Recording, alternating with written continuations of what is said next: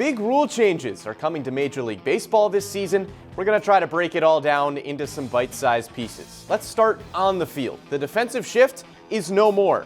Kind of. Teams will be required to have 4 infielders on the dirt, with at least 2 on either side of second base.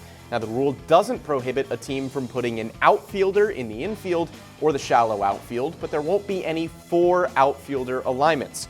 So what does that mean? Most likely a higher batting average on balls in play, and rangy defenders like Jorge Mateo will be able to further showcase their athleticism.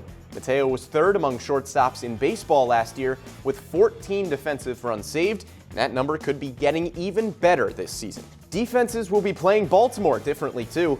Kyle Stowers and both Anthony Santander and Adley Rutschman from the left side of the plate saw a shift over 80% of the time. Gunnar Henderson over 65%, and Cedric Mullins just over half the time. So the O's left-handed hitters could really benefit. Next up, the pitch clock, a 30-second timer between batters, and between pitches, there's a 15-second timer with the bases empty, and a 20-second timer with a runner on. Pitchers who violate the timer are charged with an automatic ball, and violating hitters are charged with an automatic strike. 2 disengagements for the pitcher per at-bat, either a step-off or a pickoff, and if a 3rd attempt is made, an unsuccessful pickoff results in an automatic base for the runner. It's going to be very interesting. We had one back in the late 60s, and to tell you how it didn't affect us, because we were taught to throw strikes, pitch quickly, I don't even remember it, to be quite honest.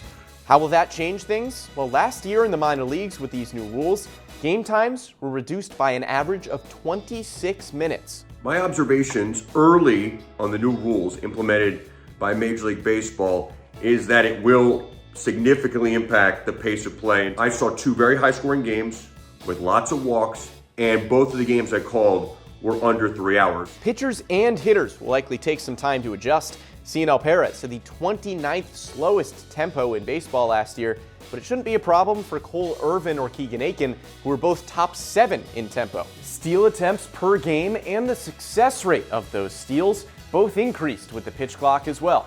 Also helping to encourage steal attempts is the increased size of bases, 15 inches square to 18 inches square.